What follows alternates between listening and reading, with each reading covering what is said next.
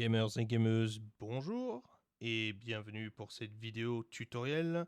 Je me présente Kamikaze et dans cette vidéo tutoriel, comme son nom l'indique, je vais vous montrer comment utiliser le logiciel Lossless Scaling. Alors pour ceux qui se demandent qu'est-ce que Lossless Scaling, c'est un logiciel qui vous permet pour vos jeux, mais aussi pour vos films, pour l'émulation, pour vos animés aussi, de pouvoir bénéficier de deux choses. La première, le upscaling, et le deuxième, la génération d'images. Alors, rapidement, ce logiciel est trouvable sur Steam. En ce moment même, pour la modique somme de 3,44 €, au lieu de 6,89 €, si je lis bien, ça doit être ça. Donc à moins 50%, la promo prend fin le 20 mars. Donc là, du coup, pour ceux qui vont regarder la vidéo, ils ont tout le temps du monde pour pouvoir se l'approprier. Alors, ce qui est plutôt intéressant du coup avec ce logiciel. Alors, tout d'abord, je vais vous montrer à quoi il ressemble. Alors, ceci est la dernière version. Donc, pour pouvoir y avoir accès, bien évidemment, il faudra tout d'abord acheter le logiciel sur Steam. Et une fois que c'est fait, il faudra aller du coup sur les options de lancement. Alors, ici, du coup, propriété, bêta. Et là, bien sûr, il faudra sélectionner bêta-bêta. Pourquoi la bêta et pas la version finale en ce moment? Eh bien, parce que dans la version bêta, il y a eu des ajouts en termes de technologie, ce qui fait que c'est bien plus intéressant de passer par cette version-là que par le Slay Scaling 2, tout simplement. Parce que là, on est sur le 3.1.02. Là-dessus, voilà à quoi ressemble l'interface. Donc, plutôt moderne, plutôt simple à utiliser. Donc, je vais tout vous expliquer, bien sûr, de A à Z pour que vous puissiez utiliser le logiciel de manière efficace. Tout d'abord, je vais être assez transparent avec vous. Cette vidéo va plutôt concerner les utilisateurs de cartes graphiques Nvidia. Alors ça marchera aussi pour les possesseurs de cartes graphiques Intel et également AMD, mais disons qu'il y aura une étape où il faudra passer par le panneau de configuration Nvidia, et donc du coup, comme si vous n'avez pas de carte graphique Nvidia, vous ne pourrez pas faire cette étape-là. Mais techniquement, il existe des vidéos aussi tutoriels pour les possesseurs de carte graphique AMD et également Intel. Alors, ici, voilà l'interface. Vous aurez du coup la génération d'images, la partie échelle, donc ça sera pour le upscaling. L'option de rendu, donc ça va tout simplement définir la latence sur les images et également la synchronisation pour l'apparition des fausses images. Ensuite, ici, GPU et affichage. Donc là-dessus, pas forcément besoin de toucher. Après, bien évidemment, je vous expliquerai un petit bonus en fait concernant cette petite partie-là. Donc, petit spoiler, c'est pour une configuration à double carte graphique. Voilà, donc on, l'époque l'époque SLI, Infinity AMD, enfin voilà, ça remonte, ça remonte, ça remonte. Et bien sûr, ici, la partie capturée. Donc là, on choisira l'API de capture. Donc il y en a deux. Avant, il y en avait trois, mais le troisième a été retiré. L'option de curseur, donc ça, très important. Voilà, puisque du coup, à partir du moment où on va utiliser le slave scaling pour générer des images, bah, pour éviter en fait qu'il y ait des décalages avec le curseur de la souris, voilà, il y aura trois options à cocher.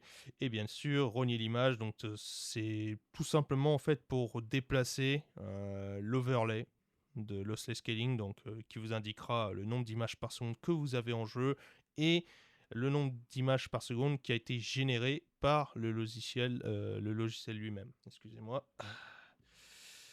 Je bois un petit peu d'eau, tiens.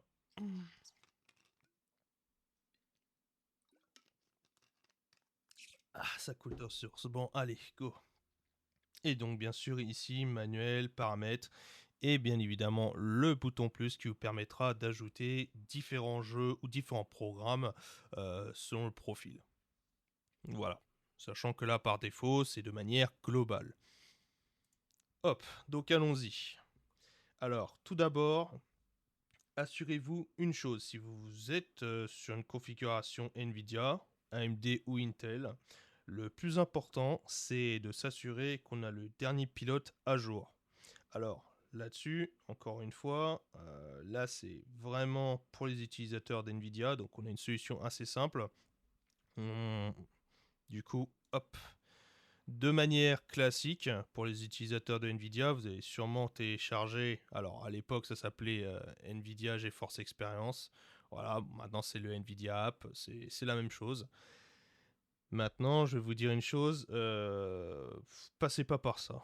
Passez pas par ça parce que dans tous les cas, à partir du moment où il va y avoir un nouveau pilote de disponible, oui, vous pouvez passer par ça pour le télécharger, mais derrière, il est toujours conseillé de désinstaller complètement le pilote de la carte vidéo pour pouvoir réinstaller la nouvelle version juste après pour pouvoir avoir un système complet et propre. Donc pas de résidus d'anciens pilotes et autres qui pourrait poser problème.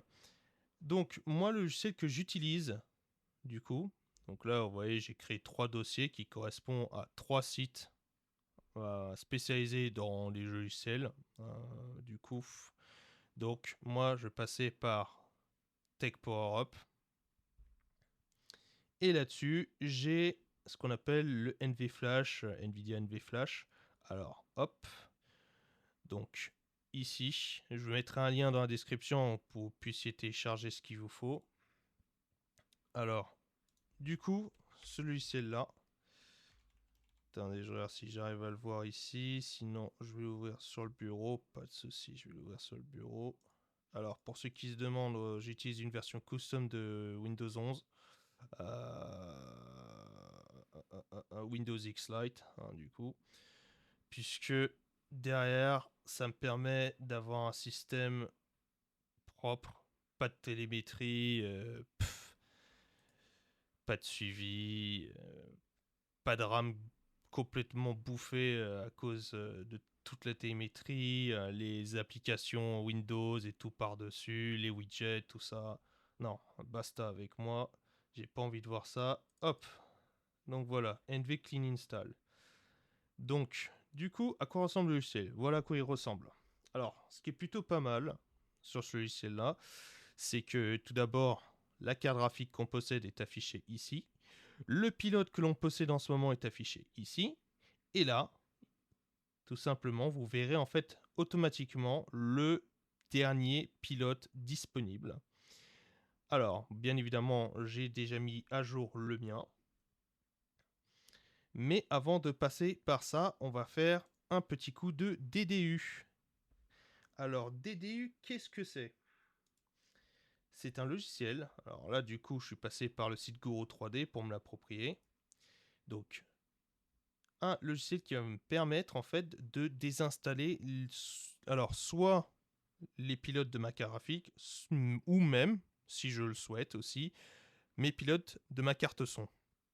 Donc je vais l'ouvrir ainsi. Alors il est conseillé de l'ouvrir en tant qu'administrateur et d'après le logiciel, il est aussi recommandé de redémarrer le PC en mode sans échec et ensuite de l'exécuter. Personnellement, je fais pas ça parce que j'ai pas forcément besoin de le faire. Donc du coup, ici, vous avez une partie choisir le type de matériel.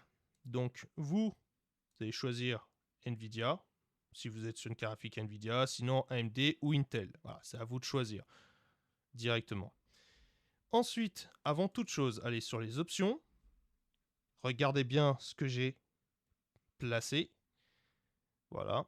Donc, surtout le plus important en fait, c'est empêcher les téléchargements de pilotes par Windows Update. C'est très important.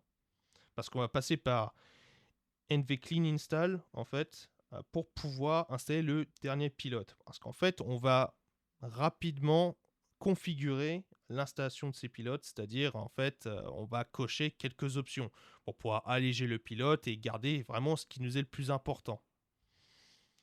Voilà, donc cochez bien cette partie-là surtout. Donc je vous laisse regarder rapidement, comme ça vous prenez exemple. Voilà, ça devrait être suffisant. Ici du coup, ce que je vous conseille de faire, vous voyez que vous avez 3 options pour le nettoyage. Nettoyer, redémarrer, fortement recommandé. Nettoyer, ne pas redémarrer, risque de problème d'écran noir. Nettoyer et éteindre pour installer une nouvelle carte graphique. Alors moi, si vous allez installer une nouvelle carte graphique, vous pouvez passer directement par la troisième option. Sinon, vous pouvez directement passer par nettoyer, ne pas redémarrer si vous êtes sur un ordinateur le bureau. Personnellement, c'est ce que j'utilise. Alors, ce qui va se passer quand je vais utiliser cette option, c'est que du coup, le logiciel lui-même va désinstaller mes pilotes NVIDIA. Ce qui va se passer aussi, c'est qu'une fois que la désinstallation sera faite, bah, mon écran, la police, tout va être grossi, en fait, tout simplement parce que le pilote de ma carte vidéo aura été, du coup, effacé, nettoyé, tout simplement. Et donc, en fait, une fois que ça sera fait, voilà, je pourrais fermer le logiciel et je pourrais passer par NV Clean Install pour installer le nouveau pilote. Parce que même si, du coup, le pilote de votre carte vidéo a été désinstallé, bah, en fait, si vous voulez, du moment que le logiciel peut reconnaître votre carte graphique, il n'y a pas de souci. Voilà. Donc une fois que c'est fait, vous mettez Next. Ici, vous allez avoir en fait différents composants à installer. Alors en fait, c'est très simple. Si vous voulez absolument utiliser le NVIDIA App, vous pouvez du coup cocher ces parties-là. Personnellement, j'utilise pas ça, ça me sert à rien du tout. Voilà, je suis sur une 4080 Super, il n'y a pas de souci là-dessus. Maintenant, on pourra avoir aussi l'argument que pour pouvoir manuellement forcer le DLSS 4 sur les jeux compatibles, bah, il faudrait passer par ça. Mais en fait, non. On peut passer par une autre solution bien plus efficace, donc qui passe par deux logiciels. Je ferai éventuellement une vidéo dessus si ça vous intéresse. En fait, si vous voulez, le but du jeu, c'est que pour tous les jeux qui utilisent au moins le DLSS 2, je peux forcer le DLSS 4 avec soit le profil K, soit le profil J, donc pour le Transformers, ce qui vous permettra d'avoir la dernière version du upscaling de Nvidia et également, si vous voulez, un gain d'images par seconde, d'autant plus qu'un gain en termes de qualité par rapport à la version DLSS précédente. Voilà.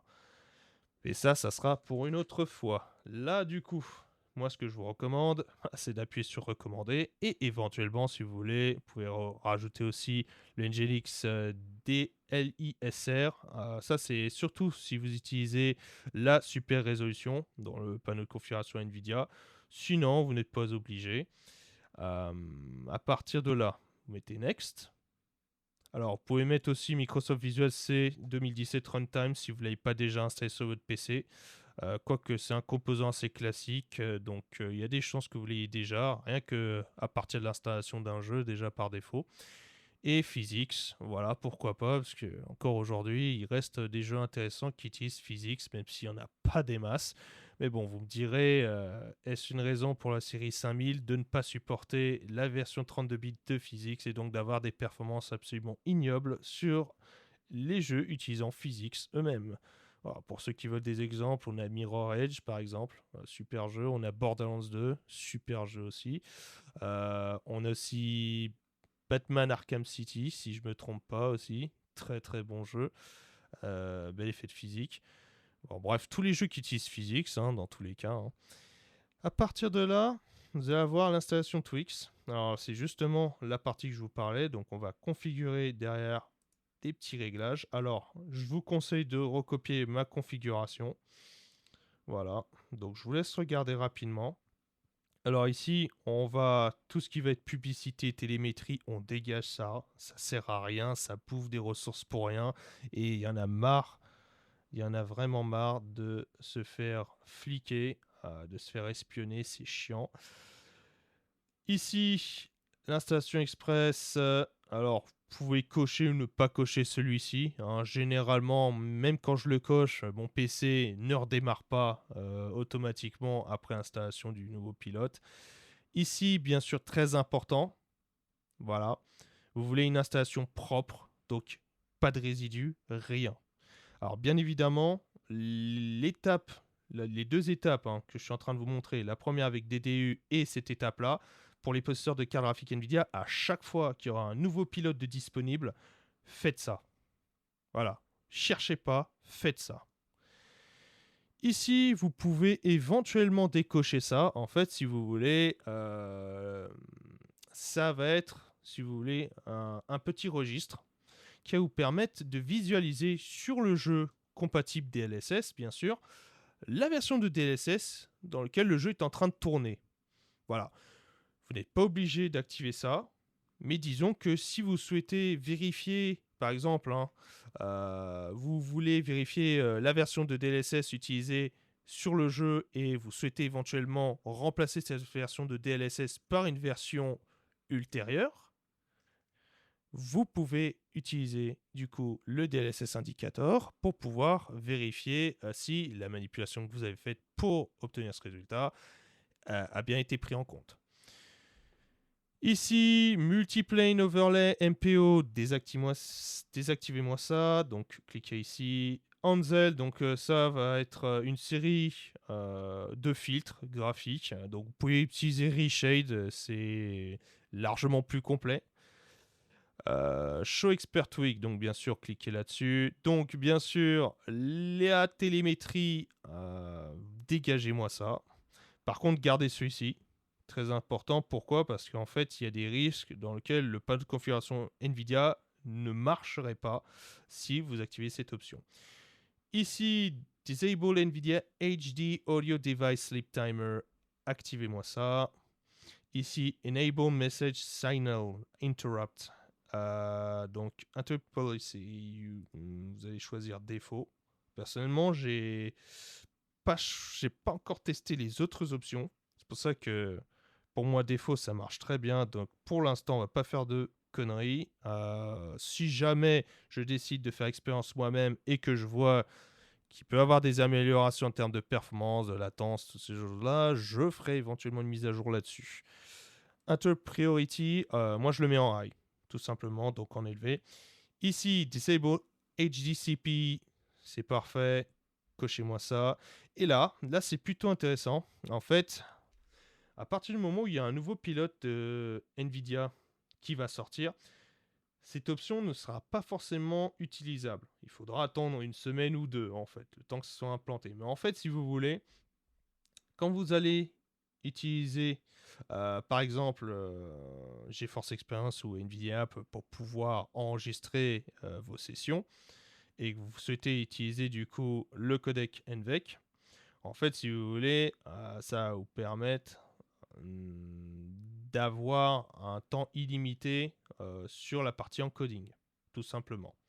Là, comme vous pouvez voir, pour le pilote, le dernier pilote en date, le 572.70, il existe un patch, donc je vais le sélectionner. Et bien évidemment, très important, vous allez me cliquer sur ça et vous allez me cocher ces deux options. Pourquoi? Parce que là, en fait, si vous voulez, de manière non officielle, on installe un pilote qui a été modifié. C'est-à-dire qu'à partir du moment où vous allez installer par défaut le pilote trouvé sur NVIDIA App ou alors le site de NVIDIA, bah en fait, ce qu'on vient de cocher, là, vous n'y aurez pas accès. En fait, ça sera décoché par défaut. Là, on fait une petite modification de l'installateur, du packaging du pilote en lui-même. Et donc, en fait, pour certains anti-cheats, ça pourrait être trigger. En gros, il pourra avoir une alerte comme quoi le pilote qui a été installé a été modifié, n'est pas officiel. Voilà, c'est pour ça que du coup, ici, en activant ces deux options-là, on patch ce problème-là. Donc, next. Ce qui va se passer, c'est que maintenant, du coup, ça va installer le pilote. Là, bien sûr, vous avez 4 options disponibles. Donc, Show in Folder, Copy Folder, Build Package et Install. Et ensuite, vous allez cliquer plutôt, du coup, vous allez ignorer les 3 autres, vous allez cliquer sur Install. Et donc là, l'invité du pilote NVIDIA va s'ouvrir de manière classique. Et là, du coup, vous allez poursuivre l'installation. Après, vous allez avoir une petite fenêtre pop-up qui va vous dire est-ce que vous souhaitez confirmer la signature du pilote en question. Si jamais ça ne le fait pas automatiquement, mais normalement c'est programmé pour le faire automatiquement, c'est pour ça que la fenêtre normalement elle va disparaître rapidement. Si jamais vous voyez qu'elle restait, vous vous mettez oui.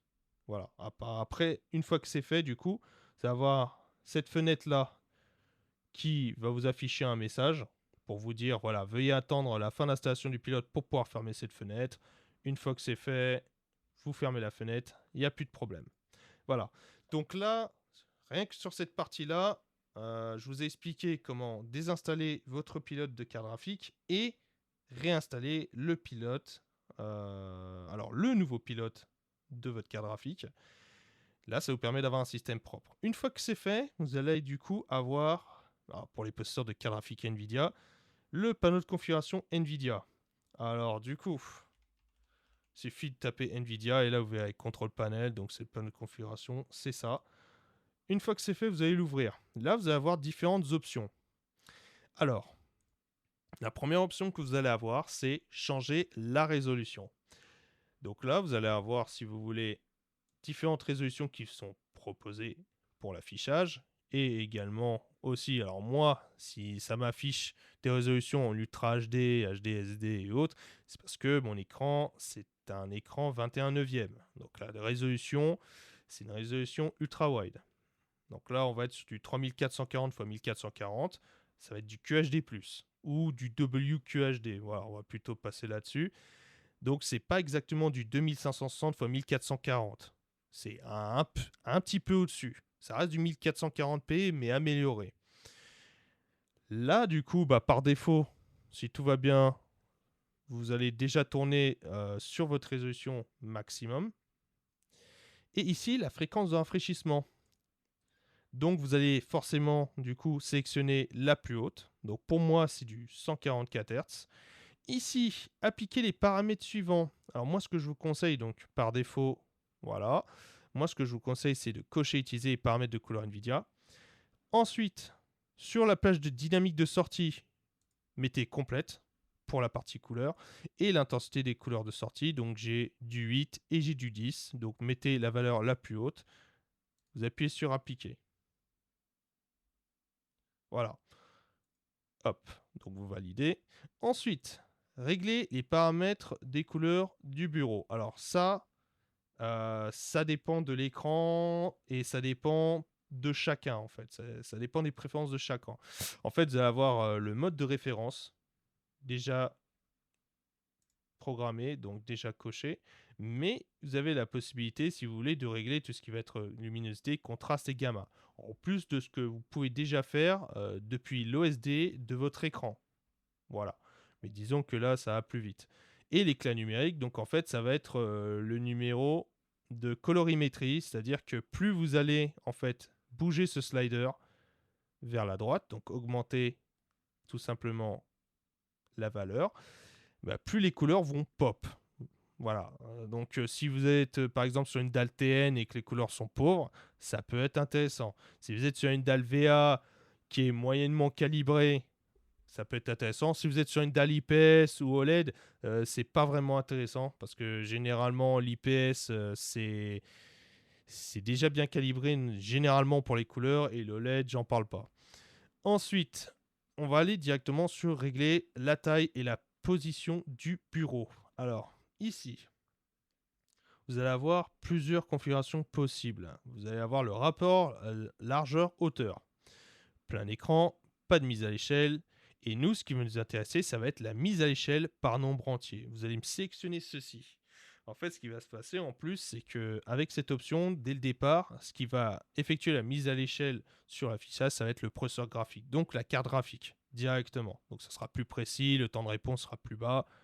Voilà, tout simplement.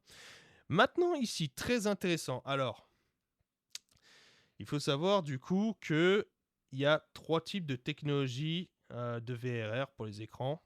Donc, il va avoir le G-Sync de NVIDIA. Alors maintenant, votre écran, il a soit une puce G-Sync à l'ancienne, soit il n'en a pas, mais il est compatible G-Sync. Soit vous allez avoir un écran FreeSync, FreeSync Premium, FreeSync 2, voilà, tout simplement. Donc, qui là appartient à AMD comparé à G-Sync qui appartient à NVIDIA. Soit vous allez avoir un écran Adaptative Sync, tout simplement. Maintenant, je vais vous dire une chose, est-ce que l'un influe sur l'autre? Est-ce que l'un est meilleur que l'autre? Non, pas vraiment, en fait. Pas vraiment. C'est le même système de technologie. Donc, en fait, si vous voulez, ça vous permet de garder une fluidité sur vos jeux. Imaginons, je suis sur un écran 144 Hz. Voilà, grosso modo. Mais dans le jeu que je joue, mon nombre d'images par seconde maximal est de 120.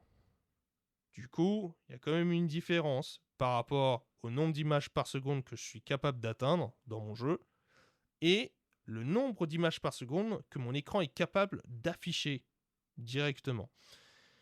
Donc à partir de là, cette technologie de VRR va vous permettre, en fait, si vous voulez, de manière adaptative, de changer la fréquence de rafraîchissement selon le taux d'image par seconde qu'on a à l'écran, ce qui permet, en fait, si vous voulez, de garder un temps de réponse simple, mais surtout de garder une bonne fluidité, de ne pas avoir de saccade, tout simplement. Donc, cliquons là-dessus. Donc du coup, si vous avez soit un écran G-Sync, soit un écran FreeSync ou Adaptive Sync, il y a de grandes chances du coup que vous ayez cette option qui s'affiche sur le panneau de configuration NVIDIA. Et si tel est le cas, dans ce cas, on va cocher activer G-Sync, compatibilité G-Sync. Et vous allez avoir deux options ici. Vous allez activer pour le mode plein écran ou pour le mode fenêtré plein écran. Vous allez activer le second. Pourquoi ? Parce que lossless scaling, pour la partie upscaling et génération d'images, nécessite que le jeu tourne soit en fenêtré, soit en borderless. Voilà, s'il est en full screen, donc s'il est en plein écran pur, ça ne fonctionnera pas. Et bien évidemment, activer les paramètres du modèle d'écran sélectionné. Alors, même si vous avez ce petit message, l'écran sélectionné n'est pas certifié compatible G-Sync, c'est pas grave. C'est pas grave, ça n'influera en rien. Ensuite,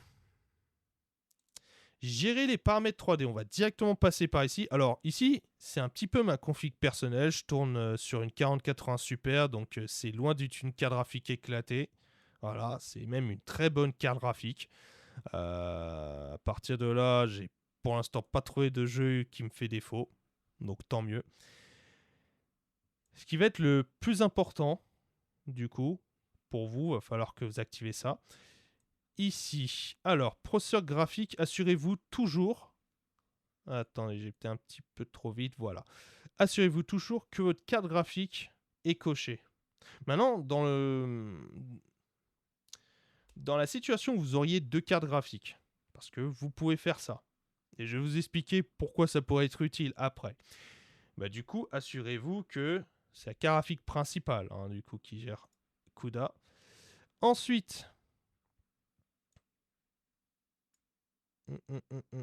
ici, très important, la fréquence de rafraîchissement préférée. Mettez la plus élevée. Pourquoi ? Parce qu'en fait, si vous voulez, il n'y a pas tous les jeux qui vous permettent dans les options d'affichage de changer le taux de rafraîchissement. Ça vous permettra de changer éventuellement le ratio et éventuellement aussi, même pas éventuellement, c'est quasiment sûr maintenant, j'ai envie de dire, la résolution, mais pas forcément le taux de rafraîchissement. Donc du coup, si c'est pas le cas et que vous changez juste la résolution, il y a des chances que si le jeu de base est capé à 60 fps, à 60 images par seconde, vous allez tourner à 60 images par seconde au lieu de votre taux de rafraîchissement supérieur. C'est pour ça que du coup, vous allez sélectionner la plus élevée, ici. Voilà.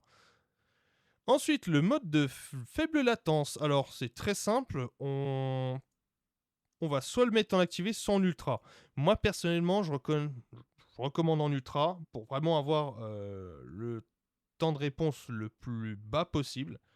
Donc, du coup, avoir aucun saut, avoir la fluidité et la vitesse max dans vos jeux. C'est surtout pour les jeux de compétition, les jeux compétitifs, où ça va être plutôt utile de passer par ultra par rapport à activer. Maintenant, pour le scaling, je vous recommande d'utiliser le ultra, tout simplement.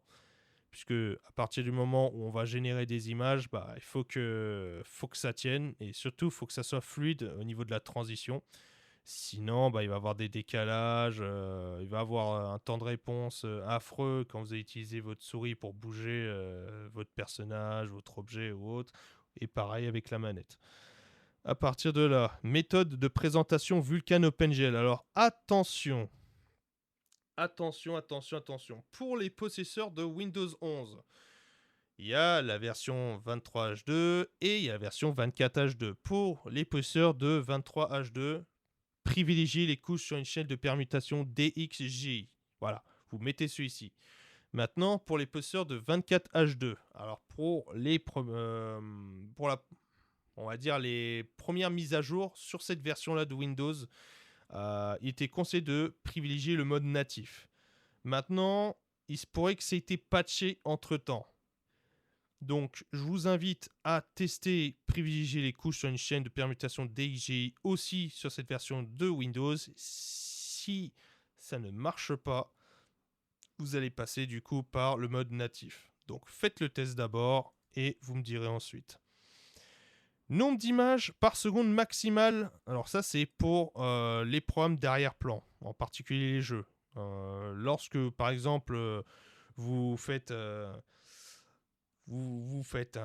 Alt F4 ou alors vous appuyez sur la touche Windows, bref, vous essayez de passer à une autre fenêtre plutôt que votre jeu. Donc vous le faites passer en arrière-plan. En fait, si vous voulez, si vous mettez pas une certaine limitation, en fait, votre carte graphique va continuer à tourner à fond pour rien et ça génère de la chauffe, ça gaspille l'électricité plus facilement et surtout, ça sert à rien. Hein. Donc moi, personnellement, je me mets la limite suivante, 30 images par seconde. Voilà, comme ça, le jeu continue de fonctionner. Il ne va pas s'éteindre, il ne va pas bugger, mais surtout, voilà, derrière, je peux faire autre chose et repasser sur le jeu juste après. Et après, mon taux d'image par seconde va du coup réaugmenter et se resynchroniser. Ensuite, processeur graphique de rendu OpenGL. Alors, c'est très simple. Au lieu de laisser auto-sélection, vous allez sélectionner votre carte graphique directement. Voilà, basta. Synchronisation verticale, personnellement, moi, je le désactive. Je le désactive. Maintenant, si vous faites de l'émulation sur des jeux Android, par exemple, il se pourrait que vous ayez besoin de le laisser activer ou en tout cas en rapide. Mais voilà. Sinon, vous pouvez le désactiver, sachant que vous avez la possibilité d'activer la synchronisation verticale soit depuis le jeu lui-même, soit depuis le slay scaling. Ce que je recommanderais du coup de faire. Si vous souhaitez avoir une image parfaite, une transition d'image parfaite, bon, bien sûr avec un coup sur le temps de réponse, mais bien sûr pas de déchirure à l'écran. Voilà. Ici, taille du cache des ombrages, donc par défaut. Alors attendez, j'ai été un petit peu vite. Voilà. Par défaut, je crois que ça va être sur du 5 ou du 10 Go. Je crois que ça va être sur du 10 Go. Mettez illimité directement, ça va plus vite. En fait, ça va vous permettre d'accélérer tout ce qui va être temps de chargement, transition, voilà, dans vos jeux. Mettez ça en illimité, vous inquiétez pas, ça va pas avaler votre disque dur. Vous inquiétez pas. Et bien évidemment, technologie du moniteur, G-Sync. Voilà. Soit G-Sync, soit compatibilité G-Sync. Si votre écran est purement G-Sync, vous allez cliquer ici, vous allez choisir G-Sync. Sinon, si ça sera compatibilité G-Sync. Voilà. Alors bien sûr, quelle est la différence ? Là, bien évidemment, si vous choisissez fréquence de rafraîchissement fixe, là, du coup, ça, par défaut, en fait, ça va essayer d'atteindre 144 images par seconde par rapport à mon écran, même les dépasser. Ça va offrir techniquement sur le papier le meilleur temps de réponse possible, mais par contre, derrière, si jamais ma carte graphique, par rapport au jeu que je joue, affiche beaucoup trop d'images par seconde par rapport à ce que mon écran est capable d'afficher de base, ça va créer des déchirures affreux. Donc, prenez pas ça. Et bien évidemment ici, alors, hop, je n'ai rien modifié ici. À partir de là, donc configurer surround et physics.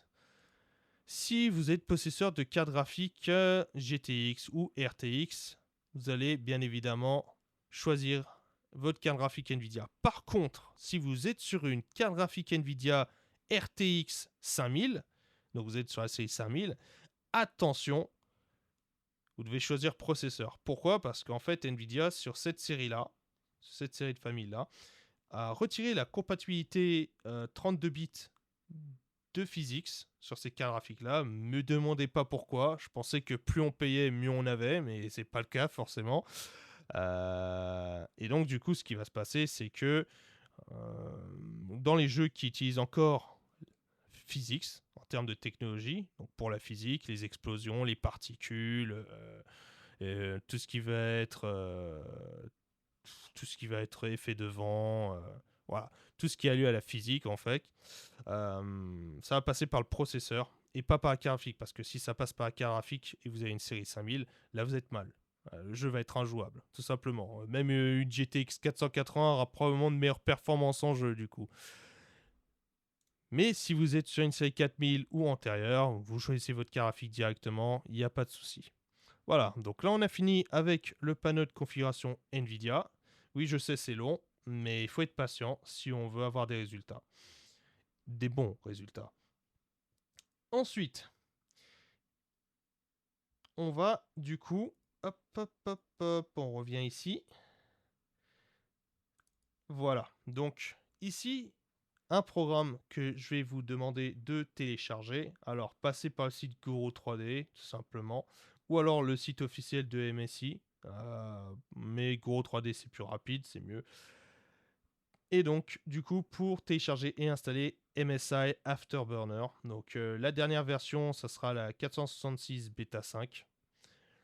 Voilà. Donc, vous allez télécharger ça. Donc, qu'est-ce que MSI Afterburner? En fait, tout simplement, à la base, c'est un logiciel qui va vous permettre de gérer votre carte graphique, c'est-à-dire au niveau du monitoring, mais également du réglage, sur tout ce qui va être fréquence d'horloge, tout ce qui va être vitesse des ventilateurs, profil, voilà. Donc voilà à quoi ressemble le logiciel pour ceux qui n'ont jamais vu. Alors bon, là j'utilise cette interface là, mais en réalité, si je passe par les options, et d'ailleurs vous ferez ça une fois que vous l'avez installé, ici, donc la langue, forcément, ça sera pas en français dès le départ. Donc vous allez cliquer ici, vous allez choisir français. Bien sûr, il vous demandera sûrement de redémarrer le logiciel pour ça. Vous mettez OK et le logiciel va redémarrer automatiquement. Ici, vous avez du coup la propriété graphique de l'interface et là vous avez plusieurs skins disponibles. Moi, je choisis le MSI Cyborg Afterburner skin par DRX Design. DRX Design, excusez-moi, ouais, c'est mieux. Euh, Bien sûr, vous en avez d'autres, il n'y a pas de souci. C'est celui qui vous intéresse, celui qui vous convient le mieux. Ensuite, ici les petites flèches pour naviguer. Hop. Dans Général,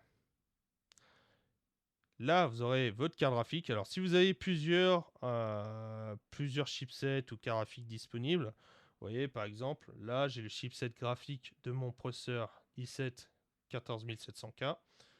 Voilà. Vous choisissez, bien évidemment, comme premier GPU, vous allez choisir votre carte graphique principale. Voilà, c'est elle qui va gérer toute la 3D, c'est pas l'autre. Ici, vous allez cliquer sur Synchronise les paramètres pour un processeur graphique similaire. Démarrer avec Windows, démarrer minimiser, bien évidemment. Activer le contrôle monitoring matériel, bien sûr. Voilà. Activer l'accès bas niveau du driver des entrées et de sortie, oui. Là, oui aussi. Vous allez choisir le mode utilisateur, puisque du coup, si vous souhaitez faire de l'undervolt ou de l'overclock, et que vous souhaitez atteindre le maximum du potentiel de votre carte graphique, vous allez avoir besoin d'activer ça. Restore les paramètres après veille du mode veille, oui. Déblocage du contrôle de tension partie externe. Pourquoi? Parce qu'en fait, si vous voulez, MSI Afterburner à la base, ça vise les cartes graphiques Nvidia ou AMD sous MSI, la marque MSI. Si vous êtes par exemple sur une PNY, si vous êtes sur une Asus, si vous êtes sur une Zotac, si vous êtes... qu'est-ce qu'il y a d'autre? Une Gainward par exemple. Voilà. Ou même... qu'est-ce qu'il pourrait avoir d'autre aussi? Une Zafir... Ouais, je dis conneries, mais une Zafir, une Power Color, bon, bref. Vous avez compris, hein. Du coup, si vous tentez d'overclocker ou d'undervolt, vous risquez d'avoir des limitations si vous passez par le design standard ou étendu. Par contre, si vous passez par la partie externe, il n'y aura pas de souci. Et déblocage du monitoring de tension, oui. Parce que du coup, si vous souhaitez, lorsque vous jouez, par exemple, si vous souhaitez pouvoir utiliser MSI Afterburner avec Riva Turner, donc ça va être le deuxième logiciel, pour pouvoir regarder un petit monitoring de l'état de votre processeur graphique, la température, la vitesse des ventilateurs, la cadence aussi sur les cœurs et sur la mémoire. Vous allez avoir besoin de ça. Bon, après, vous pouvez cliquer aussi sur vérification des mises à jour bêta du produit. Voilà, si vous souhaitez. Après, généralement, quand c'est les versions bêta, ça marche quasiment jamais ce truc. C'est pour ça qu'une fois par mois, je retourne sur Goro 3D, je vérifie s'il y a une nouvelle version ou pas disponible. Voilà. Prenez cette habitude. Voilà, comptez pas forcément sur le ciel. Ici, ventilateur. Activez le mode utilisateur de contrôle automatique du ventilateur. Forcez la mise à jour de la vitesse du ventilateur à chaque période, très important. Et ici, en fait, vous allez avoir votre petit graphique. Et vous allez pouvoir, si vous voulez, gérer la vitesse de vos ventilateurs de manière automatique selon la vitesse par rapport à la température. Voilà. Moi, j'ai choisi cette configuration-là. Maintenant, selon la graphique que vous avez, c'est à vous de tuner là-dessus. C'est à vous de faire vos tests. Et je pense qu'on est bon là-dessus pour MSI Afterburner. Maintenant, on va aller sur le deuxième logiciel qui vous sera proposé juste après l'installation de MSI Afterburner. Ça va être Riva Turner. Avec... Ah, pourquoi Riva Turner? Je fais toujours cette erreur. Non, c'est Riva Tuner. Excusez-moi. Vieille habitude. La dernière version, ça sera la 7.3.7 Beta 5. Ici, dès le départ, vous allez avoir du coup une petite interface simple. Alors, avant toute chose, vous allez sur Setup, interface utilisateur. Vous allez choisir français pour la langue, sauf si vous comprenez l'anglais. Hein. Moi, perso, je comprends l'anglais, mais bon, si j'ai l'option du français, pourquoi m'en priver? Ici, sur la partie générale, démarrer, minimiser et hide pre-created profile, vous allez m'activer ces deux options-là. Ensuite, display integral framerate, oui. Le reste, pas forcément besoin. Voilà, sauf si vous voulez faire un monitoring beaucoup plus précis. C'est pour ça que là, du coup, vous aurez deux plugins, Hotkey Handler et ensuite Overlay Editor. Voilà. Mais bon, ça va pas nous intéresser pour cette vidéo-là. Ensuite, très important. Alors, vous allez m'activer, du coup, ces options-là, sauf Enable Benchmark Mode. Par contre, attention, si vous êtes sur un système 32 bits, vous allez choisir 32 bits. Si vous êtes sur 64 bits, vous choisissez 64 bits. On est d'accord. Ici, Enable Framerate Limiter. Alors, par défaut, ça va être sur Async. Maintenant, si vous êtes sur une carte graphique NVIDIA qui est compatible avec la technologie NVIDIA Reflex, vous allez directement choisir Reflex. Pourquoi ? Parce qu'en fait, ici, on aura l'option d'injecter NVIDIA Reflex directement sur vos jeux. Même les jeux qui ne supportent pas officiellement Reflex peuvent bénéficier du coup de cette possibilité grâce à cette option. Et à quoi ça sert ? En fait, NVIDIA Reflex, ça va tout simplement abaisser le temps de réponse. Donc plus le temps de réponse est bas, plus c'est rapide. Et donc plus c'est fluide, moyen de saccade, moyen de sentiment de lenteur dans vos mouvements et sur les inputs aussi, lorsque vous utilisez vos clics de souris, clics de clavier ou alors votre manette tout simplement. Et bien sûr, il peut avoir aussi des jeux où par rapport à certains anti-cheats, il peut être nécessaire d'activer cette option-là. Puisque là, en fait, si vous voulez, ça va remplacer l'API de RivaTuner par celui de Microsoft. Voilà, tout simplement. Moi, je l'active. Après, vous n'êtes pas obligé de l'activer. Mais pour être sûr de ne pas avoir de soucis par rapport à un jeu que je joue ou autre, par rapport à un anti-cheat qui pourrait flag RivaTuner. Voilà. Je passe par ça, je passe par cette option-là. Ensuite, j'appuie sur OK. Et voilà, donc là maintenant on va passer par l'interface. Donc ici le global, ici Add qui va vous permettre en fait d'ajouter différents profils. Et sur ces profils-là, en fait, ça va vous demander d'indiquer l'exécutable du programme en question, que ce soit un programme ou un jeu. Et une fois que c'est fait, du coup il apparaîtra ici. Moi ici sur global, alors l'application detection level, donc ça bien sûr ces deux options vous les activez. Hein. Voilà, je vous apprends un nouveau. Ici, personnellement, je le laisse en low. Parce qu'il y a certains anti-cheats qui peuvent être flagués à partir du moment où on le met en medium ou en high. En low, ça marche. Et généralement, il n'y a pas de souci. Stealth mode, pareil, pour les anti-cheats. Voilà, les protections anti-triche de certains jeux pourraient détecter le rajout de code pour la détection du jeu ou l'indication en surimpression comme de la triche. Voilà. Donc, activez cette option-là, comme ça passe crème. Et maintenant, Framerate Limit. Alors, Framerate Limit, c'est ce qui va vous permettre de limiter le nombre d'images par seconde maximum en jeu. Maintenant, je l'ai mis à 62,97 alors que j'ai un écran de 144 Hz. Vous êtes en train de dire, mais qu'est-ce qu'il a foutu? Qu'est-ce qu'il fait? Je comprends pas. En fait, c'est très simple. En fait, ça dépend du jeu, tout simplement. En fait, par défaut, je l'ai plutôt mis à 125,94. Mais pour certains jeux, je préfère passer par 62,97 parce qu'après, je vais utiliser lossless scaling pour compléter le reste du nombre d'images, tout simplement. Maintenant, pour les jeux où j'ai besoin d'être compétitif, où j'ai besoin d'avoir le temps de réponse le plus rapide possible pour pouvoir être performant, là, Blood Strike par exemple. Donc c'est un jeu c'est un jeu Battle Royale sur mobile à la base, mais qui est aussi disponible sur PC. J'ai choisi 125,94. Encore une fois, vous allez me dire, mais ok, mais pourquoi pas 144 du coup? En fait, c'est très simple.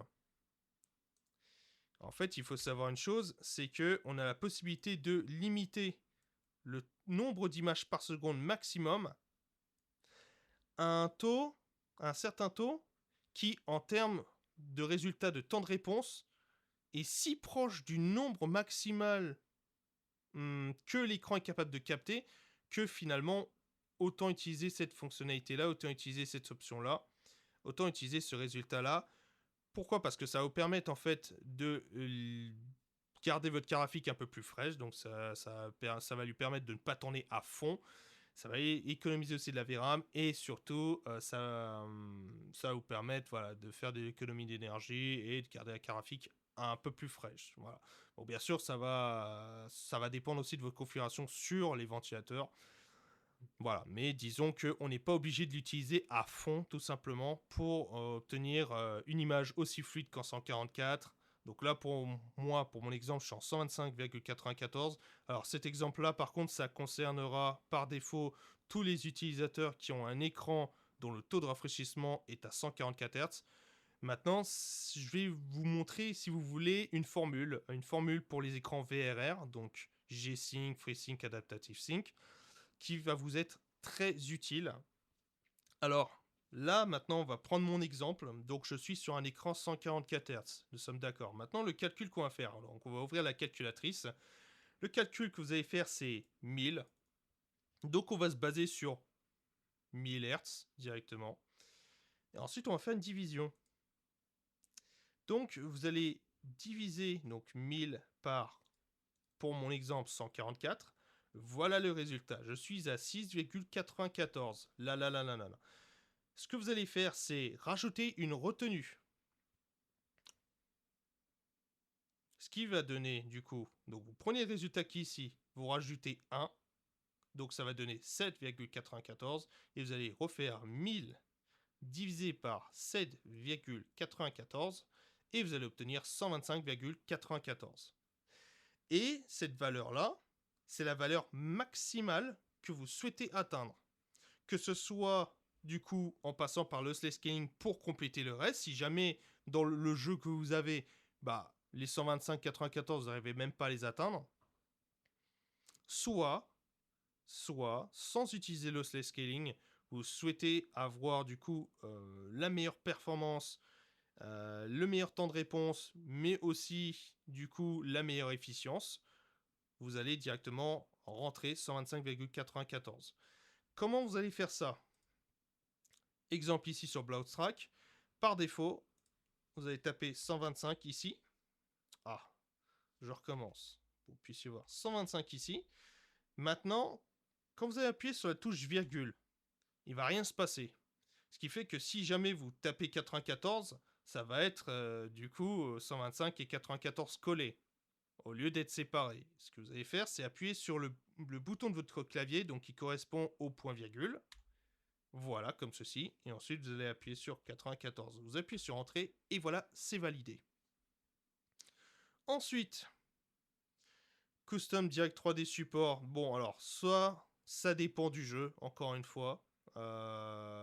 En fait, ça va surtout être utile si vous utilisez d'autres logiciels comme Reshade, Inject FXA, ce genre de plugin mix logiciel qui vous permettent, en fait, si vous voulez, d'améliorer tout ce qui va être filtre graphique dans vos jeux, donc tout ce qui va être filtre de couleurs, d'ombre, etc.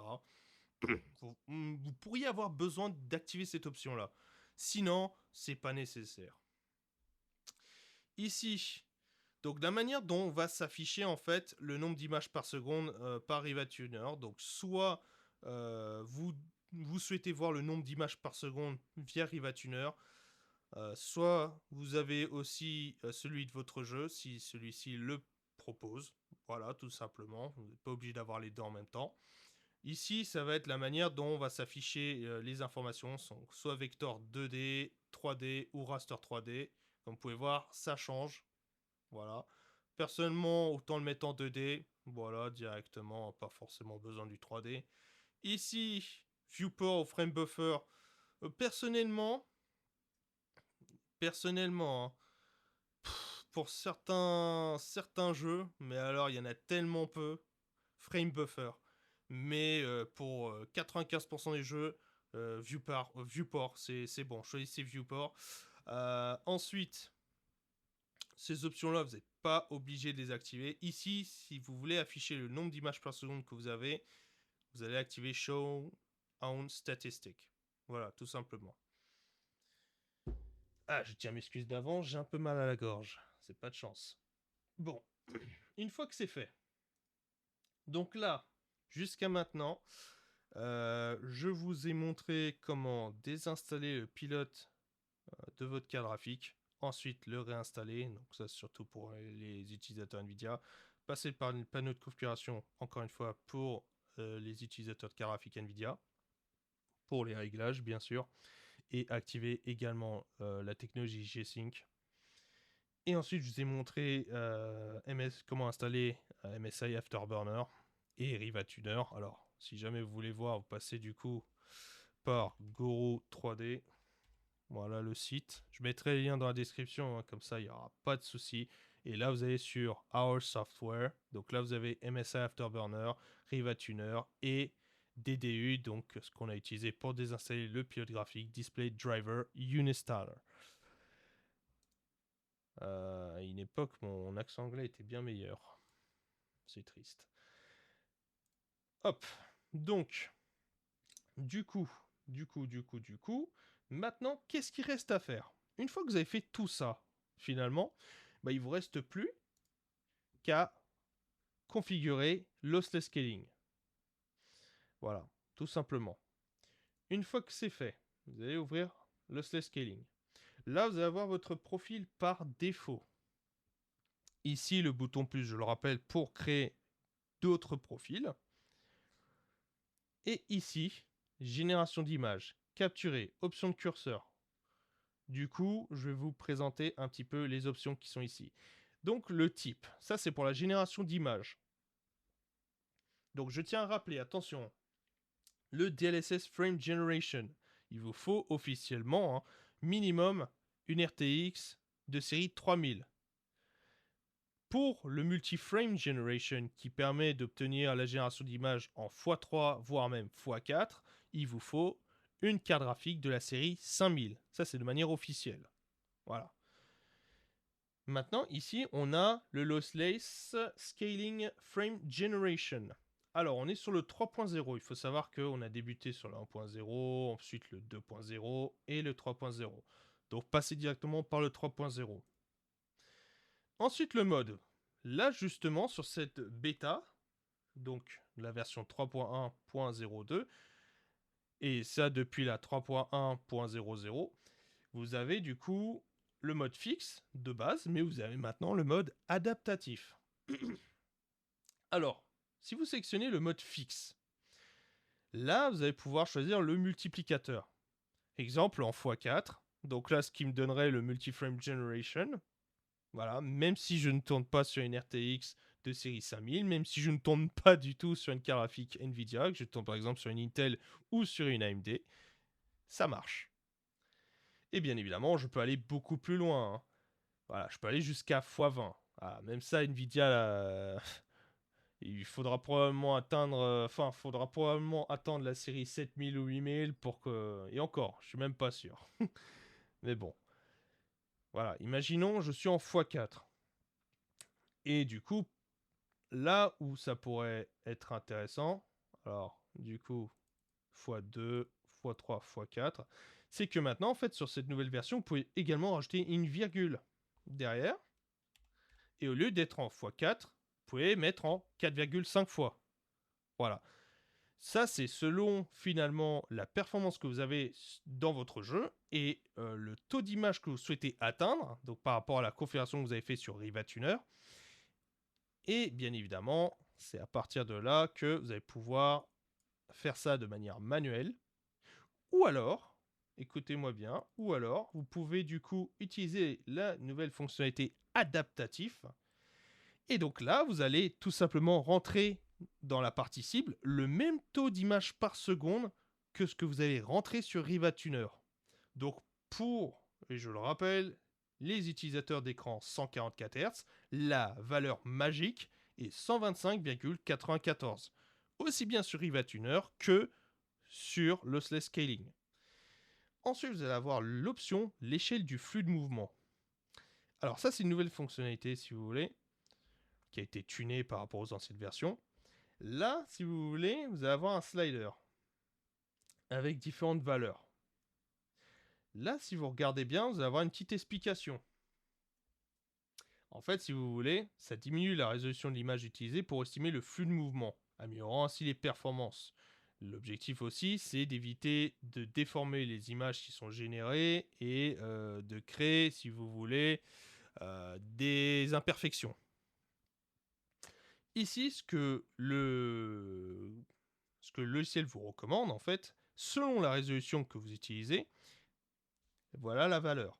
Par exemple, si vous êtes sur un écran Full HD, donc en 1080p, ou W Full HD, donc pareil, c'est là on se tournerait sur, si je dis pas de bêtises, du 2560 x 1080, quelque chose autour. Voilà. Là, on vous recommande du coup d'emblée entre 100 et 80, entre 100 et 85. Voilà, moi c'est ce que je vous recommande. Maintenant, si vous êtes sur un écran QHD ou WQHD, Ultra Wide QHD, là, ce que vous allez du coup utiliser, 75%, alors 75%, 70, 65, maximum. Voilà, entre ces trois-là. Maintenant, si vous êtes sur un écran 4K, 50%, et si vous êtes sur un 5K, etc., vous continuez à baisser celui-ci. Voilà. Moi, je vais me placer à 70. 70. Parce que du coup, 75%, je suis en ultra wide. Voilà. Personnellement, pour moi, ça marche. 65, 70, c'est bien. L'API de capture. Alors, vous en avez deux. Vous avez le DXGI et vous avez le WGC. Donc, pour les utilisateurs de Windows 11 23H2, DXGI. Pour les utilisateurs de Windows 11 24H2, à la base, je vous aurais dit WGC. Mais peut-être que, du coup, avec les nombreux patchs qui sont sortis pour cette version-là de Windows, vous pouvez éventuellement essayer DXGI. Si vous voyez que ça marche, gardez DXGI, c'est mieux. Et la mémoire tampon cible. Alors là, c'est assez intéressant. En fait, si vous voulez, selon la valeur que vous allez choisir, vous voyez que vous avez le 0, le 1 et le 2. En fait, si vous voulez, ça va dépendre de ce que vous recherchez au niveau de votre expérience. Par exemple, vous jouez à un jeu, vous souhaitez utiliser la génération d'images, mais vous souhaitez ne pas avoir de problème d'input, donc ne pas avoir d'input lag. Par défaut, vous allez choisir 0. Mais attention, il faut que votre carte graphique ait au moins 10 Go de VRAM. Voilà, je vais vraiment vous dire au moins. Si vous êtes à 8 ou pire à 6, soit vous passez par 1, soit vous passez par 2. En fait, le mode 1, si vous voulez, ça va être un mode équilibré. Donc là, on va équilibrer la charge, la latence et la performance. Et le 2, alors le 2, c'est plutôt utile si vous jouez un jeu solo. Voilà, où il n'y a pas forcément besoin d'avoir un temps de réponse incroyablement bas. Vous allez utiliser du coup le 2 si c'est le cas. Là, rapidement, de la manière dont c'est décrit, en fait c'est idéal pour les scénarios avec une fréquence d'image de base non plafonnée ou instable, une charge GPU élevée. Voilà, si vous êtes sur une carte graphique plus faible, si je devais vous donner un exemple de carte graphique, imaginons vous êtes sur une carte graphique Nvidia et vous tournez sur une GTX 1070 par exemple. Voilà. Ou alors si on est sur la RTX, vous tournez sur une 3050, vous tournez sur une 3060, bien qu'elle ait 12 Go de VRAM, elle n'est pas très puissante. Sauf si c'est pour jouer en 1440p ou en 4K. Si vous êtes en Full HD, il n'y a pas de souci. Voilà, vous voyez le truc. Maintenant ici, option du curseur, ça c'est très important. Très très important. En fait, ce qui va se passer, c'est que quand vous allez utiliser l'upscaling ou le frame generation, à partir de ces scaling, en fait, ce qui va se passer, c'est que vous risquez d'avoir par défaut des décalages. Quand vous allez bouger le curseur de votre souris, par exemple, pour atteindre les différentes options du menu de votre jeu, vous allez avoir des décalages. Pour pouvoir pallier à ce problème, vous allez verrouiller le curseur, ajuster la vitesse du curseur et mise à l'échelle du curseur. Masquer le curseur, non. Non, n'activez pas ça. Activez ce que je vous ai dit là. Donc, ils sont présentés juste ici. Tout ce que vous allez faire, c'est recopier. Maintenant, très important, très intéressant, le type d'échelle. Donc, pour le upscaling. Alors, il faut savoir une chose. C'est qu'il n'y a pas forcément tous les jeux qui supportent la technologie d'upscaling de Nvidia, d'AMD ou alors d'Intel. Voilà, surtout pour les anciens jeux. Et si c'est le cas, du coup, plutôt que vous dire je vais jouer en native, mais derrière avoir de moins bonnes performances, est-ce que j'ai pas la possibilité d'obtenir un upscaling pour finalement avoir un gain de performance et pas trop de sacrifices en termes de qualité d'image? Là, on peut. Ici, en tapant sur le type, vous allez avoir différentes configurations possibles. Pour les jeux en 3D, c'est très simple. Vous allez avoir le LS1 qui est propre à lossless scaling. FSR. Alors attention, ça va pas être FSR 3.0, 4.0. Hein, non, non. Là, ça va plutôt être une version 1 point et quelques de chez AMD. Voilà, donc ça va même pas être le 2.0. Le NIS qui correspond en fait en allant sur le panneau de configuration Nvidia, ça correspond. Alors attendez, j'irai paramètres 3D au lissage d'image, tout simplement.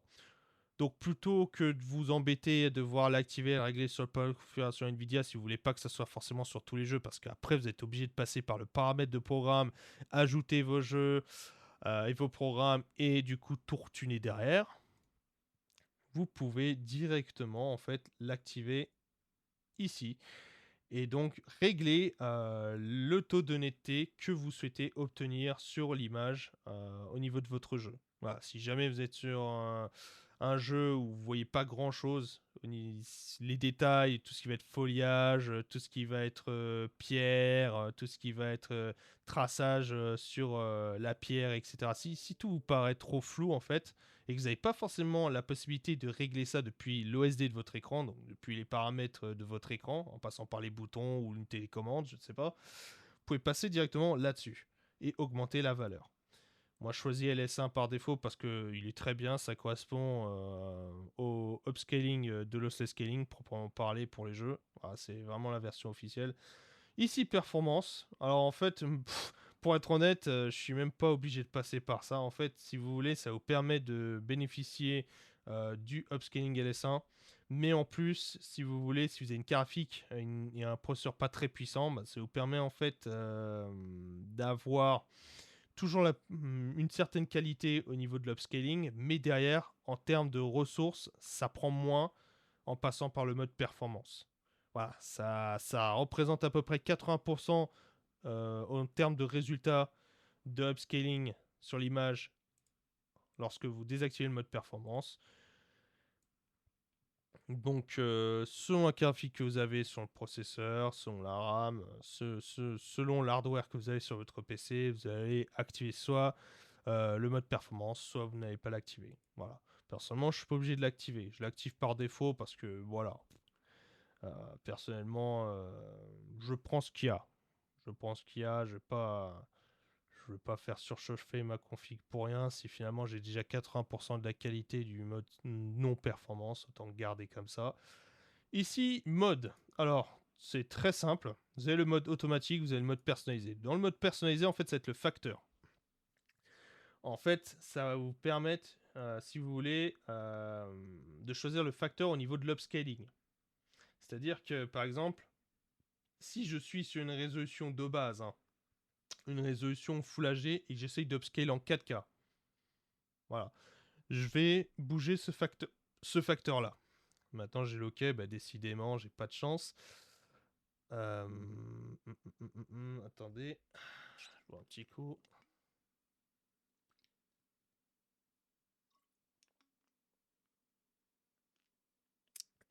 Voilà.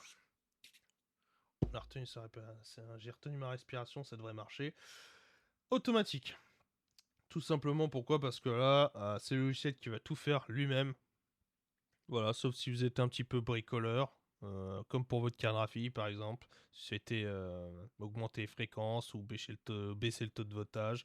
Voilà. Vous pouvez passer par ici, mais vous n'êtes vraiment pas obligé. Hein, je vous rassure, le logiciel le fait très bien pour vous. Ici, ratio d'image et plein écran. Alors moi, ce que je vous conseille, vous voyez en fait l'option qu'on a sélectionnée sur le panneau de configuration Nvidia. Vous voyez, on y revient. Hein. C'est pour vous dire. Mise à échelle par nombre entier. Vous voyez, on a sélectionné cette option-là. Bah, ça correspond en fait au mode ratio d'image. C'est pour ça qu'on va le laisser comme ceci. Donc vous inquiétez pas, l'upscaling apparaîtra quand même en plein écran. Il n'y a pas de souci là-dessus. Maintenant, sur certains jeux, je vous donne un... Quel exemple je pourrais vous donner? Par exemple, pour certains jeux émulés. Pas forcément d'une console, hein, mais ça peut être émulé. Ça peut être émulé à partir d'un programme, d'un logiciel ou autre. Imaginons quand vous allez activer la mise en échelle, imaginez que vous ayez des bords noirs en fait sur les côtés. Là, vous allez mettre plein écran. Du coup, ça va s'étirer à fond. Maintenant, si vous êtes sur un écran en 16 neuvième, ça peut être bien. Si vous êtes sur un écran 21 neuvième comme moi ou 31 neuvième, ça va être assez laid, hein, je vais pas vous mentir, ça va être très aplati, donc gardez le ratio d'image. Ici, très intéressant, l'option de rendu. La synchronisation. 3 options. Désactiver, par défaut, synchronisation verticale. Bon, en fait, c'est très simple. Désactiver, permettre la déchirure, meilleur temps de réponse possible, mais par contre, si jamais votre nombre d'images par seconde dépasse ce que votre écran est capable d'afficher, ce qui finalement n'aura pas de poids pour notre situation, puisque du coup, je vous ai montré comment caper vos FPS. Et en plus, à partir de la méthode de calcul magique que je vous ai donnée, pour trouver la meilleure valeur VRR, pour le nombre d'images par seconde correspondant à votre écran, finalement, bah, ce défaut-là, on peut tout de suite l'oublier. Donc le défaut en question, c'était les déchirures à l'écran. Voilà, donc ça, pas de souci. Vous n'aurez pas ce problème-là. Du coup, désactiver, ça permet le meilleur taux de réponse, parfait pour les jeux multijoueurs, en particulier les jeux de tir. Par défaut, donc c'est un mode équilibré finalement au niveau de la synchronisation et le temps de réponse. Et synchronisation verticale, encore une fois, si vous jouez à des jeux solo et vous voulez la meilleure expérience, donc aucune déchirure à l'écran, aucun décalage, aucun souci. Voilà. Par contre, bien évidemment, ça c'est connu, quand vous activez la synchronisation verticale, l'image a beau être fluide, belle, par contre, vous prenez cher sur l'input lag. Voilà. Donc sur le temps de réponse de vos appuis sur les touches, sur vos appareils. Donc clavier, souris, manette. Moi personnellement je le mets en désactivé permet de la déchirure parce que déjà j'ai une carte graphique qui est suffisamment performante pour la résolution dans laquelle je joue. Voilà, j'ai une 4080 super. Maintenant si vous êtes sur une 4070, 4070 super, 4070 Ti, franchement vous pouvez prendre cette option aussi, hein, largement.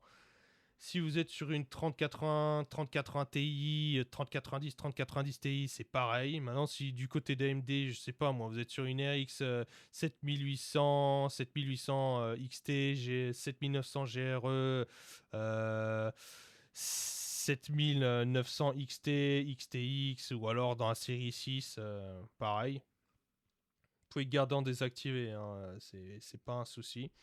Latence max d'image. Alors là, c'est pareil. En fait, si vous voulez, ça va correspondre. Ça va correspondre tout simplement au temps d'attente correspondant à la génération d'images. Qu'est-ce que je veux dire par là? En fait, c'est très simple. Vous allez avoir différentes possibilités en termes de latence. Plus la latence est basse, plus les images générées vont s'afficher rapidement. Maintenant, par défaut, vous allez vous dire, bah alors dans ce cas-là, autant utiliser cette option. Pourquoi est-ce que je mettrai à 2? Pourquoi est-ce que je mettrai à 3? Encore une fois, ça dépend de votre config. Si vous avez une config de moyenne, une config moyenne ou une config d'entrée, pour ne pas avoir de soucis en fait de perte d'image, vous allez augmenter cette valeur. Généralement, la valeur maximum que je recommande, c'est 4. Maintenant, si vous avez une bonne config, 1 ou 2. Tout simplement. Support HDR, donc si votre écran est compatible avec la norme HDR, vous allez cocher et que vous souhaitez finalement par rapport à Windows qui est capable en fait sur les paramètres ici. Ensuite sur jeu, ensuite sur mode jeu, graphique, ensuite modifier paramètres graphiques par défaut. Si jamais en fait vous avez l'option HDR depuis l'OSD de votre écran qui est activé, vous allez avoir l'option ici. En fait, vous allez avoir la possibilité que l'affichage HDR, lorsque vous lancez votre jeu, puisse également s'afficher de la même manière avec le scaling quand vous activez cette fonctionnalité et que vous souhaitez toujours utiliser soit le upscaling ou alors le upscaling et la génération d'images, mais toujours obtenir le même résultat en fait HDR tout simplement. Parce que si jamais vous ne cliquez pas là-dessus et que votre écran est en mode HDR, bah du coup votre jeu va pas crash, mais les couleurs seront ignobles, tout simplement. Voilà, je préfère vous le dire, c'est un petit spoiler. Support de G-Sync. Alors, support de G-Sync, FreeSync, Adaptative Sync, voilà, c'est pareil. Activez-le. À partir du moment où vous activez en fait la technologie VRR, donc Variable Refresh Rate, donc G-Sync, FreeSync, ou tout simplement Adaptative Sync, à partir de là, activez ça, tout simplement, qu'il n'y ait pas de souci en fait. Alors, pour ceux qui tournent sur FreeSync et Adaptative Sync, c'est activé par défaut. Hein. Là, c'est vraiment pour G-Sync, donc pour les possesseurs de cartes graphiques Nvidia et pour les possesseurs d'écran avec cette technologie. Et afficher les FPS, ben, en fait, c'est très simple. À partir du moment où vous allez, par exemple, activer la génération d'images, en fait, vous allez avoir du côté gauche, vous allez avoir le nombre d'images par seconde que vous avez sur le jeu de base, et ensuite à droite le nombre d'images en fait qui a été rajouté. Mais visiblement, ça sera pas forcément utile si vous passez par le mode adaptatif, parce qu'en fait, le mode adaptatif, ce qu'il va faire, c'est que si jamais dans votre jeu vous n'atteignez pas, bah là pour mon exemple 125,94 images par seconde, bah en fait la génération d'images va rajouter le nombre d'images nécessaires pour atteindre cette valeur. Voilà, ni plus ni moins. Maintenant, ici, c'est assez intéressant. Vous voyez, vous avez l'option GPU et affichage. En fait, il faut savoir une chose, c'est que sur Lossless Scaling, on a la possibilité d'utiliser une seconde carte graphique pour s'occuper de la partie génération d'images. À quoi ça pourrait vous servir, vous allez me demander. En fait, c'est très simple. À partir du moment où vous allez utiliser la génération d'images, vous allez sacrifier une petite partie en termes de pourcentage des performances de votre carte graphique en jeu pour pouvoir ensuite générer le reste des images de manière virtuelle. En passant par une configuration à double carte graphique, vous allez pouvoir en fait sélectionner vos jeux. Donc à partir des options ici, jeu, mode jeu, graphique. Ici donc vos programmes, vous allez pouvoir sélectionner en fait votre carte graphique principale. Ici vous voyez, pour pouvoir en fait gérer le jeu directement. Alors vous verrez ça aussi sur système, écran.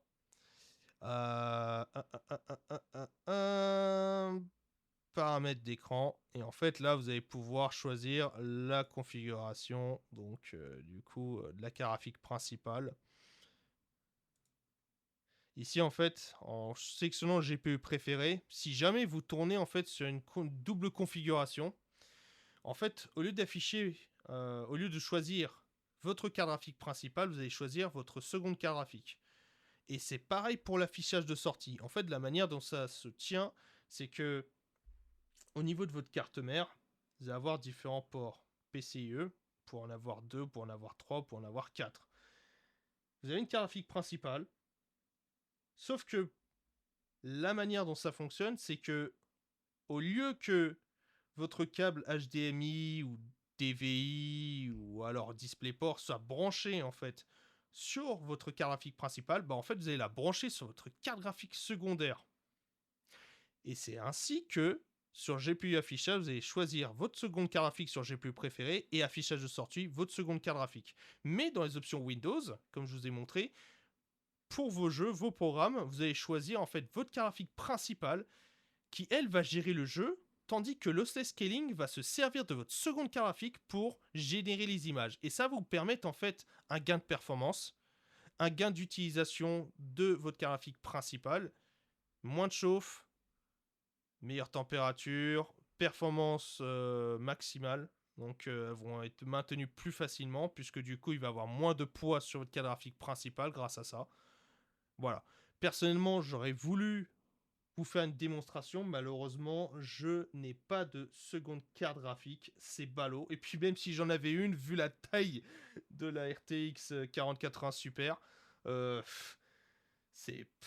pas pu mettre grand chose. En fait, pour être honnête, j'avais une seconde carte graphique avant. C'était une GTX 1080 Ti. Et j'avais essayé en fait cette méthode-là. Sauf que pas moyen que ça rentre. Pas moyen que la 1080 Ti rentre. C'est pas possible. C'est juste pas possible. Pourtant, c'était l'une des plus fines possibles. C'était pas non plus une Asus énorme, non. C'était une EVGA. Donc une super clock. Malheureusement, ça rentrait pas. Donc c'est dommage. Mais disons que voilà, si jamais vous avez une carte graphique moyenne gamme, pas une carte graphique comme la mienne, mais une carte graphique moyenne gamme, par exemple une 3060 ou une 3070 par exemple, et souhaitez ajouter une seconde carte graphique pour pouvoir générer les images à partir de l'Ossless Scaling, vous pouvez faire ça du coup. Voilà, donc c'est vraiment intéressant. C'est pas aussi efficace que NVLink, c'est pas aussi efficace que Infinity de AMD, c'est pas aussi efficace que SLI, mais voilà. L'idée est là, puisque de toute manière, on n'essaye pas de synchroniser les deux cartes graphiques en même temps pour la performance. On essaye de servir d'une carte graphique pour le programme et d'une autre carte graphique pour la génération d'images. Tout simplement. Maintenant, pour illustrer ça, on va, du coup, je vais vous lancer un jeu. Le jeu que j'ai choisi, ça va être Monster Hunter World. Pas Wild parce que déjà j'ai pas été assez loin dans World.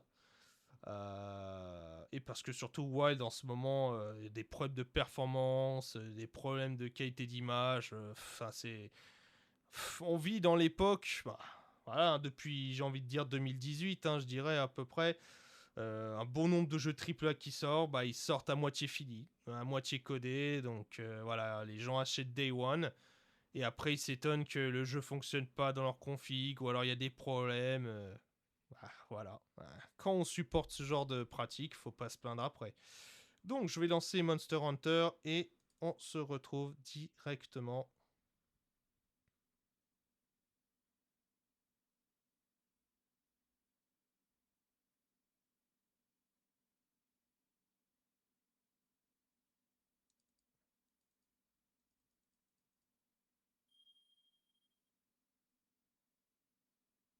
Sur le jeu. Voilà. C'est bon. Hop.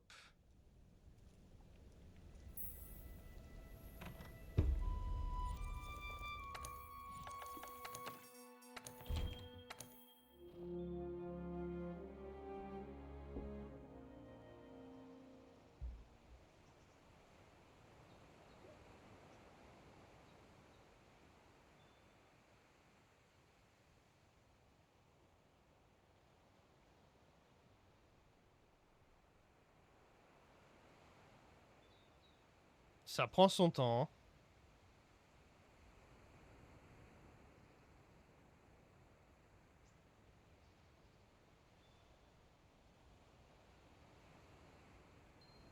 Hé, partenaire! Hop. Ah oui! Nous voilà donc sur le jeu. Alors attendez. Je vais faire juste un truc.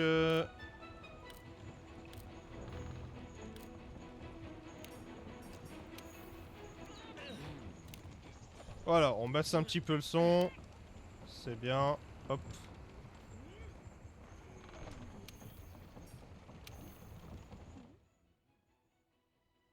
Voilà. Je pense que vous allez mieux m'entendre comme ça. Donc là, du coup, par défaut, je vais tourner sur 63 FPS à peu près. Maintenant, je vais utiliser lossless scaling pour pouvoir compléter le reste du nombre d'images par seconde que je cherche à atteindre pour ensuite obtenir mon numéro magique. Alors attendez, je baisse un peu aussi. Hop, voilà. Ouais, voilà, là c'est mieux. Donc du coup, le raccourci que moi j'ai choisi pour pouvoir ouvrir le scaling, sachant que vous pouvez aussi le faire manuellement en appuyant sur mise à échelle. Hop, hop. Alors, bien évidemment, la petite erreur que j'ai faite, c'est que par défaut, en fait, j'ai pas cap mes FPS pour ce jeu-là. J'ai pas cap mes FPS sur 62,97, il me semble. Ce qui fait que du coup, comme j'atteins déjà les 125 à peu près, les 125 FPS à peu près, bah du coup, ce qui va m'afficher à gauche, ça va être le nombre d'images par seconde que j'ai de manière native, et ensuite derrière le nombre d'images par seconde qui est généré. Là, vous allez remarquer que, bah, du coup, je suis à 125, 125, 126, 126, c'est normal. Et le logiciel va tout de suite comprendre qu'il ne peut pas générer plus d'images que ce que je lui ai demandé. Donc, du coup, ce qu'on va faire, c'est fermer le scaling sur le jeu, retourner ici, retourner sur le scaling, aller sur le mode fixe, et là, par exemple, je veux choisir un multiplicateur, je vais choisir le x4. Je reviens sur le jeu. Hop. Et voilà. Et là, du coup, sachant que je recorde en même temps, donc ça prend aussi en termes de ressources, hein, mais généralement, généralement j'atteins les 125 facilement de manière stable sur ce jeu. Là, du coup, Graphic Device Crash. Ok, d'accord. Ok, alors quand ça vous fait ça, hop, attendez. Quand ça vous fait ça, c'est très simple. Je pense que ça a peut-être rapport avec Iris Action. Peut-être que ça a pas aimé. Ça se superpositionne pas bien avec ça. Alors quand ça fait ça, attendez. Hop, hop, hop, hop. Voilà. Alors par défaut, je vais essayer de l'activer pour voir. Et là, ne plus mettre à l'échelle. Voilà, là ma souris est revenue. Donc là, il y a une erreur. Voilà, je m'en excuse. Ça doit être mis à sanctions parce que normalement j'ai pas ce problème là. À vouloir avoir trop d'overlay par-dessus, à chaque fois j'aurais peut-être dû utiliser Fraps à l'ancienne. Hein. Bon, après ça aurait été une catastrophe pour pouvoir abaisser la place que ça prend sur le disque. Mais bon, vous m'avez compris du coup. En fait, ce qui va se passer, c'est que selon votre config aussi, selon le jeu que vous jouez, vous allez du coup choisir au niveau du multiplicateur un certain chiffre, max. Personnellement, le x4, je peux largement le faire. Tous ceux qui possèdent une 4080, 4080 Super ou une 4090 peuvent facilement mettre le x4, il n'y aura aucun souci. Moi, je pense que là, le souci que j'ai eu, ça doit être du fait que je recorde en même temps et l'overlay de mes actions. Voilà. La prochaine fois, j'essaierai Bandicam, peut-être que ça marchera. Ou Hypercam, comme à l'ancienne. Une version non enregistrée, même. Ça rappellera des souvenirs. Mais voilà, vous avez compris du coup comment ça fonctionne. À partir de là, je pense que je ferai une vidéo séparée pour montrer quelques exemples en jeu de ce que ça donne. Mais entre autres, si vous voulez, si vous utilisez Riva Tuner, en fait, je crois savoir aussi que dans le logiciel, ça doit être ça aussi. Je pense que c'est bien les actions. Parce que le taux d'image, je l'ai choisi à 60 fps. Par défaut, j'aurais peut-être dû ne pas caper les fps, peut-être, pour voir. Bon, c'est pas grave. On essaiera la prochaine fois. Mais là, du coup, je vous ai donné tout ce qu'il faut pour pouvoir bénéficier d'une bonne expérience sur le scaling, en particulier si vous avez une carte graphique Nvidia. Voilà, en particulier. Maintenant, si vous avez une carte graphique AMD ou Intel, il ne devrait pas avoir de soucis non plus. Là, c'est vraiment à condition que vous ayez une carte graphique Nvidia, c'est les conditions à prendre, notamment au niveau du panneau de configuration de la carte graphique elle-même. Parce que du coup, les options seront différentes d'un constructeur de carte graphique à une autre. Voilà, donc du coup, je ferai éventuellement une vidéo séparée en jeu directement. J'essaierai d'utiliser un autre logiciel pour capturer mon bureau et mon jeu. Si jamais vous avez des questions, n'hésitez surtout pas. Aucune question n'est stupide. On n'a pas tous le même niveau de connaissance. Et moi-même, il peut y avoir des choses que j'ignore. Voilà, je ne suis pas parfait. Je suis là pour apprendre aussi. On est là pour s'entraider. C'est ça la communauté. Et si vous avez aimé cette vidéo, bah, vous connaissez, hein, je vais pas vous faire le même monologue que 99% des youtubeurs, ça sert à rien. Vous savez ce que vous avez à faire. Si jamais vous avez des soucis, faites-le savoir en commentaire. Si vous avez des conseils, faites-le savoir en commentaire. Je suis ouvert à la critique, c'est normal, il le faut. Et sur ce, bon, il est 22h34. Je vous souhaite déjà un bon dîner, et puis ensuite une bonne nuit. Voilà, c'était Kamikaze. On se revoit pour une prochaine vidéo. Espérons-le. Ciao.